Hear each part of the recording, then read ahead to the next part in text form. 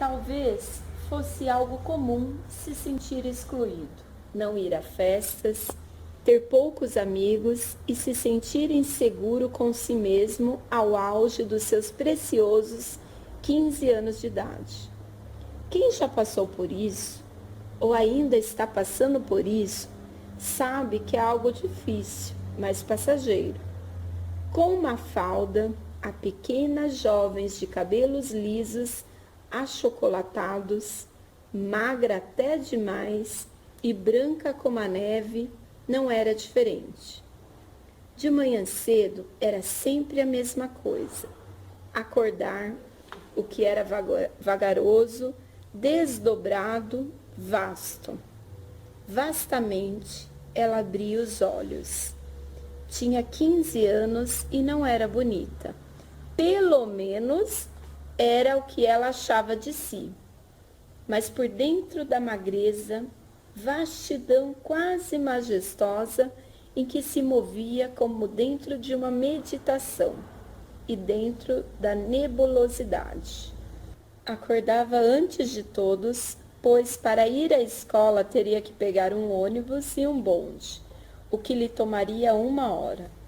O vento da manhã violentando a janela e o rosto até que os lábios ficavam duros, gelados. Então ela sorria, como se sorrir fosse em si um objetivo. Tudo isso aconteceria se tivesse a sorte de ninguém olhar para ela. As pessoas ainda dormem. Como sempre, a rua vazia, silenciosa e o vento frio. Sorria discretamente ao mencionar a palavra frio, enquanto arrumava os livros embaixo do braço. Tinha que atravessar a longa rua deserta até alcançar a avenida, do fim da qual um ônibus emergeria cambaleando dentro da névoa, com as luzes da noite ainda acesas no farol, ao vento de junho, o ato misterioso, autoritário e perfeito era erguer o braço. E já de longe o ônibus trêmulo começava a se deformar, obedecendo à arrogância do seu corpo, representante de um poder supremo. De longe, o ônibus começava a se tornar incerto e vagaroso e avançando cada vez mais concreto, até estacar no seu rosto em fumaça e calor. Fazer isso vai se tornando difícil a cada dia. Pensava enquanto esperava a porta do ônibus abrir para finalmente subir e ir rumo ao seu destino de todos os dias, a escola, o que também se tornava difícil a cada segundo que se passava dentro da mesma. Subia séria como uma missionária por causa dos operários no ônibus que poderiam lhe dizer alguma coisa.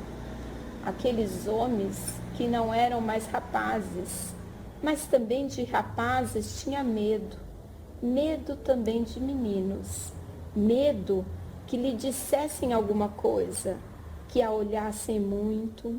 Na gravidade da boca fechada havia a grande súplica: respeitassem-na. No ônibus, os operários eram silenciosos, com a marmita na mão e o sono ainda no rosto. Depois, com andar de soldado, atravessava o Lago da Lapa. A essa altura, a batalha estava quase ganha.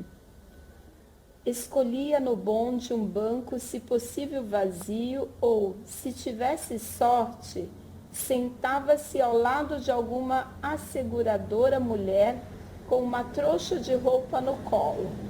Ainda teria de enfrentar na escola o longo corredor onde os colegas estariam de pé conversando e onde os tacos de seus sapatos faziam ruído que as pernas tensas não podiam conter, como se ela quisesse inutilmente fazer parar de bater um coração. Sapatos com dança própria. Porque meus sapatos são os únicos que fazem tanto barulho, eu queria ser invisível, só para não ter que aguentar esses olhares em cima de mim. Eu preciso de sapatos novos. Travava uma conversa de desespero e angústia com seu consciente, enquanto tentava ao máximo andar de cabeça baixa para não olhar para ele. Eu não sei o que eu faria se minha mãe comprasse sapatos iguais ao dela, comentou uma garota de bochechas gordinhas, segurando o riso. Ainda não entendi o porquê de caçoarem tanto a garota. Só uma garotinha insegura que não conhece a si mesma. Respondeu a magricela de cabelos loiros e olhos da cor de mel. Calada, você também falava mal dela. Resmungou a gordinha, fazendo um bico igual de uma criança mimada, querendo o tão desejado doce que infelizmente não ganhou. Eu não vou ficar calada. E é verdade mesmo. Eu falava mal dela e por isso decidi parar. Porque não entendi o porquê de fazer isso com a garota. Ela só está se sentindo sozinha e insegura. Vai me dizer que você nunca passou por isso, quando te apelidavam só porque você é gordinha. Sério? Eu não estou te reconhecendo, Lúcia. Nem eu. Se o corredor demorasse um pouco mais, ela como que esqueceria seu destino e correria com as mãos tapando os ouvidos. Era feio o ruído de seus sapatos. Não tinha sapatos duráveis. Até que, enfim, a classe de aula, onde, de repente, tudo se tornava sem importância e mais rápida e leve, onde seu rosto tinha algumas sardas, os cabelos caíam nos olhos e onde ela era tratada como um rapaz, onde era inteligente, sua curiosidade informava-lhe mais que respostas. Adivinhava, sentindo na boca o gosto cítrico das dores heróicas. Adivinhava a repulsão fascinada que sua cabeça pensante criava nos colegas. Cada vez mais, a grande fingida se tornava inteligente, aprender a pensar. Às vezes, enquanto o professor falava, ela, intensa, nebulosa, fazia riscos simétricos no caderno. Às vezes, em vez de riscos, desenhava estrelas, estrelas, estrelas, estrelas, tantas e tão altas que desse trabalho anunciador saía exausta, erguendo uma cabeça mal acordada. A volta para casa era tão cheia de fome que a impaciência e o ódio roíam seu coração. Na volta, parecia outra cidade. No Largo da Lapa, centenas de pessoas, reverberadas pela fome, pareciam ter esquecido e, se lhes lembrassem, escancaravam dentes. Nesta hora em que o cuidado tinha que ser maior, ela era protegida pela espécie de feiura que a fome acentuava. Comia como um centauro, a cara perto do prato, os cabelos quase na comida. Magrinha, mas como come? Dizia a empregada esperta. Pro diabo! Gritava-lhe sombria. Na casa vazia, sozinha com a empregada, já não andava como um soldado, já não precisava tomar cuidado, mas sentia falta da batalha das ruas. Quando tinha 10 anos, relembrou um menino que a amava jogar ali um rato morto. Porcaria! Berrara branca com a ofensa. Fora uma experiência. jamais contara a ninguém. Com a cabeça entre as mãos, sentada, dizia 15 vezes: sou vigorosa, sou vigorosa, sou vigorosa. Depois percebia que apenas prestar atenção à contagem, suprindo com a quantidade, disse mais uma vez: sou vigorosa, 16. Desesperada porque vigorosa, livre, não mais à mercê, perdera a fé. Era uma manhã ainda mais fria e escura que as outras. Ela estremeceu no suéter. Tudo estava algodoado. Não se ouviu sequer o ruído de algum ônibus que passasse pela avenida. Os jardins endurecidos de frio. No ar escuro, mais que no céu, no meio da rua uma estrela. Uma grande estrela de gelo que não voltara ainda, incerta no ar, úmida, informe. Surpreendida no seu atraso, arredondava-se na hesitação. Caminhava sozinha na cidade bombardeada. Não, ela não estava sozinha. Com os olhos franzidos pela incredulidade no fim longínqua de sua rua, de dentro do vapor, viu 2 homens, 2 rapazes vindos. Olhou ao redor como se pudesse ter errado de rua ou de cidade. Mas errara os minutos. Saíra de casa antes que a estrela e os 2 homens tivessem tempo de sumir. Seu coração se espantou. Droga, droga, droga! Saí de casa muito cedo, maldita pressa. E agora, o que faço? Calma, Mafalda, pensa. Resmungou Mafalda. O primeiro impulso diante do seu erro foi o de refazer para trás os passos dados e entrar em casa até que eles passassem. Eles vão olhar para mim, eu sei. Não há mais ninguém para eles olharem. Eles vão olhar muito. Como recuar e depois nunca mais esquecer de pernas heróicas, continuou a andar. A rua ficou cada vez um pouco mais curta. Os sapatos dos 2 rapazes misturavam-se ao ruído de seus próprios sapatos. Era ruim ouvir. Na nova palidez da escuridão, a rua entregue aos 3. Ela os ouvia e surpreendia-se com a própria coragem em continuar. Mas não era coragem, era o dom. Ela avançava, sofrendo em obedecer.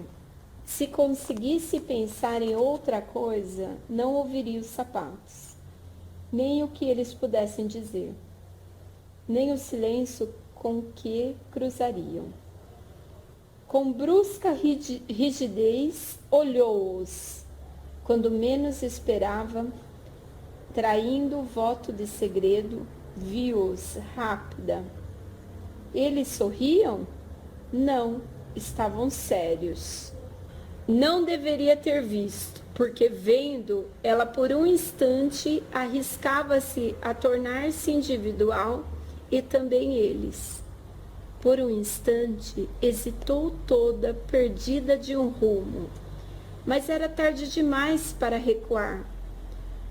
Só não seria tarde demais se corresse, mas correr seria como errar todos os passos e perder o ritmo que ainda sustentava, o ritmo que era o seu único talismã, o que lhe fora entregue à orla do mundo onde era para ser sozinha.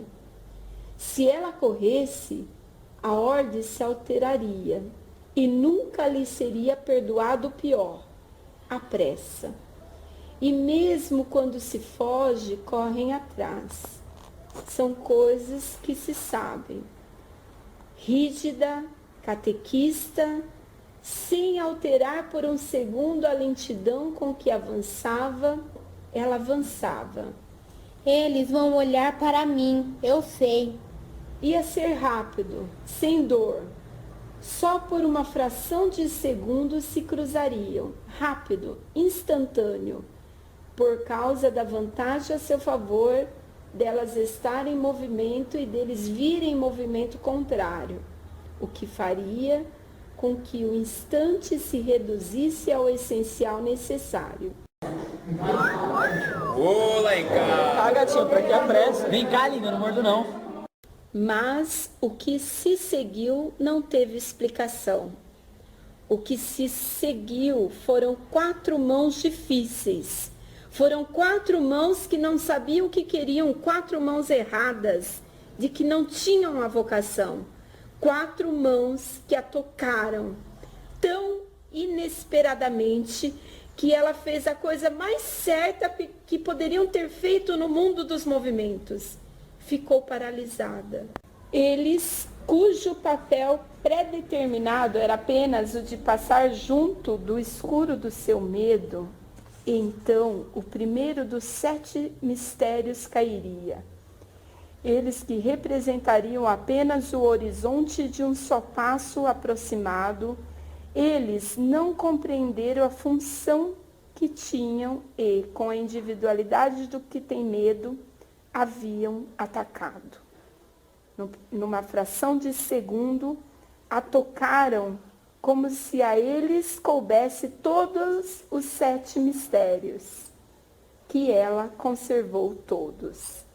Ela não os olhou, porque sua cara ficou voltada com serenidade para o nada. Mas, pela pressa com que magoaram, soube que eles tinham mais medo do que ela, tão assustados que já não estavam mais ali, corriam. Tinham medo que ela gritasse e as portas das casas, uma por uma, se abrissem. Pensou, eles não sabiam que não se grita. Ficou de pé, ouvindo com tranquilidade e loucura os sapatos deles em fuga.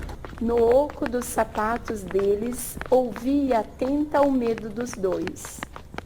O som batia nítido nas lajes, como se batessem as portas, sem parar, e ela esperasse que desistissem. De pé, ela não tinha por onde se sustentar, senão pelos ouvidos. Os tacos não ecoavam mais na pedra, ecoavam no ar como castanholas cada vez mais delicadas. Depois, percebeu que há muito não ouvia nenhum som. E trazidos de volta pela brisa, o silêncio e uma rua vazia. Até que esse instante mantivera quieta de pé no meio da calçada. Então, como se houvesse várias etapas da mesma imobilidade, ficou parada. Daí a pouco suspirou.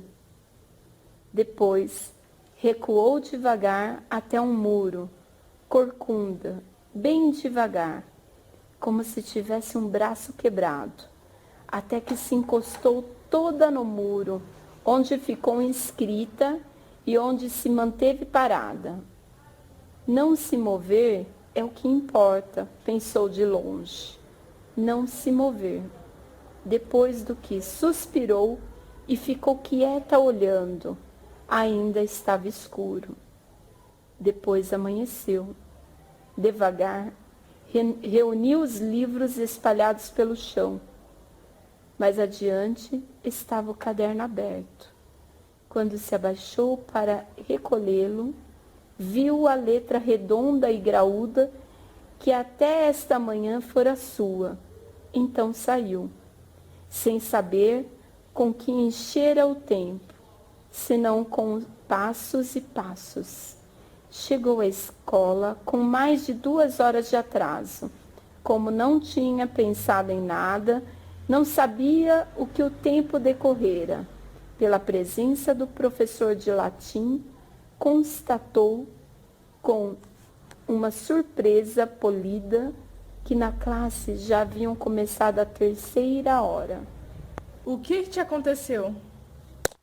Sussurrou a menina da carteira ao lado, talvez uma das poucas pessoas que falavam com Mafalda. Por quê? Você está branca. Está sentindo alguma coisa? Não. Disse tão claro que vários colegas olharam-na. Levantou-se e disse bem alto. Dá licença. Foi para o lavatório, onde, diante do grande silêncio dos ladrilhos, gritou aguda, supersônica. Estou sozinha no mundo. Nunca ninguém vai me ajudar. Nunca ninguém vai me amar. Estou sozinha no mundo. Estava ali perdendo também a terceira aula, no longo banco do lavatório, em frente a várias pias. Não faz mal. Depois eu copio os pontos. Peço emprestados cadernos para copiar em casa. Estou sozinha no mundo. Interrompeu-se, batendo várias vezes a mão fechada no banco. Você vai acabar se machucando desse jeito. Uma garota loira entrou no banheiro. Eu não ligo. Mafalda respondeu sem delicadeza alguma. Estava em um momento de raiva, angústia e desespero. Precisava que respeitasse esse momento sem modos. Eu sou Lúcia. Se apresentou a garota de cabelos loiros a Mafalda com um sorriso amigável, estendendo-lhe a mão na esperança que a magricela, raivosa, lhe respondesse. Mas não houve nada além do silêncio como resposta. Eu ouvi que você estava dizendo, quer dizer, gritando. Bom, acho que toda a escola ouviu. O que alguém como ela está querendo ao vir conversar comigo? Zombar de mim? Talvez o pensamento negativo daquela garotinha não estivesse errado, já que a maioria das vezes que alguém iria falar com ela, acabava sempre como um motivo de chacota. Quando foi molhar os cabelos diante do espelho, ela era tão feia, ela possuía tão pouco e eles haviam tocado. Ela era tão feia e preciosa. Olha aqui. Lúcia falou apontando para o espelho enquanto permanecia com um sorriso aconchegante no rosto atrás de Mafalda. Isso é um espelho e essa aqui é o seu reflexo. Você já parou para se olhar alguma vez no espelho? Não, é claro que não. Mentia para si mesma falando que não tinha tempo para tomar um banho de manhã antes de ir à escola. Qual seria a diferença ao se olhar em um mísero espelho onde reflete nossos defeitos? Defeitos a quais Mafalda sabia que tinha. Sua mãe sabia que tinha. Um velho na rua sabia também que ela tinha. Todos sabiam. Não, Respondeu quase sem voz. Pois deveria. Uma garota assim tão bonita e preciosa que nem você, deveria se olhar no espelho várias vezes, mas não para ver os defeitos ou algo desprezável, mas assim para ver o quão linda você é e deve conservar isso. Novamente, aquele sorriso que conseguia passar de certa forma uma confiança, aconchego. Talvez o primeiro sorriso verdadeiro e a primeira conversa longa que tivera com alguém.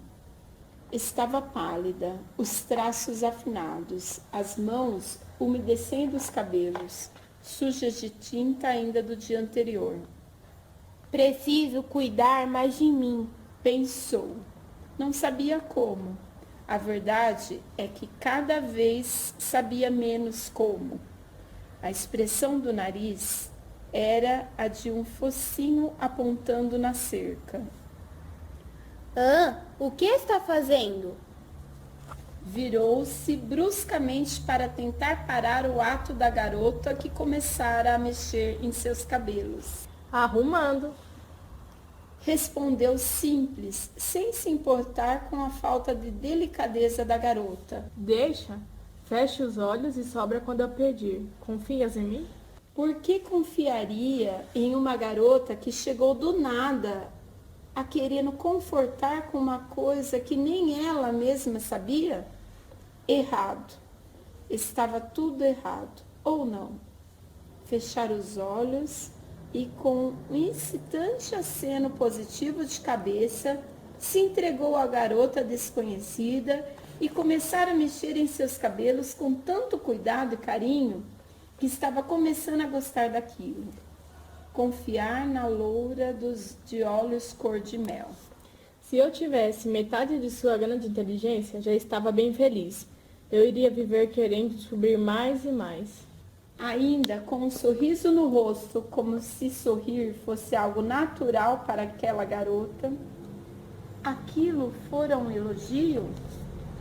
Mas você pode descobrir algo. Não precisa ser inteligente para descobrir algo. Só precisa de algo chamado força de vontade.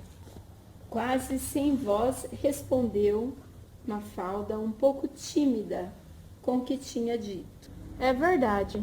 Mas e você? O que tem eu? Tem força de vontade para aceitar que você é linda e mudar pelo menos um pouco? Apenas um silêncio e um longo suspiro. Pesado foi o suficiente para Lúcia perceber que Mafalda era somente uma garotinha tímida, com grande potencial e que era insegura. Olha, pode abrir os olhos. Aquilo parecia que tinha durado séculos, mas apenas em pequenos ou grandes 10 minutos, a garota magricela, branca como a neve, com sardas nas bochechas e com um olhar de medo, tinha totalmente se transformado em outra pessoa. Foram realmente 10 minutos? Aquilo estava certo? Uma boa penteada de cabelo e uma maquiagem simples em seu rosto delicado tinham provocado aquilo tudo. O pequeno brilho que formara em seus olhos de frente ao espelho maravilhada e um pouco incerta com aquilo tudo já deixara claro que o trabalho de Lúcia já tinha terminado ali. Bom, acho que tenho que ir. E você também. Meu trabalho já terminou por aqui. E aquele sorriso que parecia que nunca saíra de seu rosto continuava ali, sincero e aconchegante. Certo, obrigada. Meu nome é Mafalda. Eu sei. Voltou ao banco e ficou quieta, ainda alisando seus cabelos. Uma pessoa não é nada, não. Retrucou-se em mole protesto. Não diga isso. Pensou com bondade e melancolia. Uma pessoa é alguma coisa. Disse por gentileza. Mas no jantar, a vida tomou um senso imediato histérico. Preciso de sapatos novos. Os meus fazem muito barulho. Uma mulher não pode andar com salto de madeira. Chama muita atenção. Ninguém me dá nada, ninguém me dá nada. E estava tão frenética e estortorada que ninguém teve coragem de lhe dizer que não os ganharia.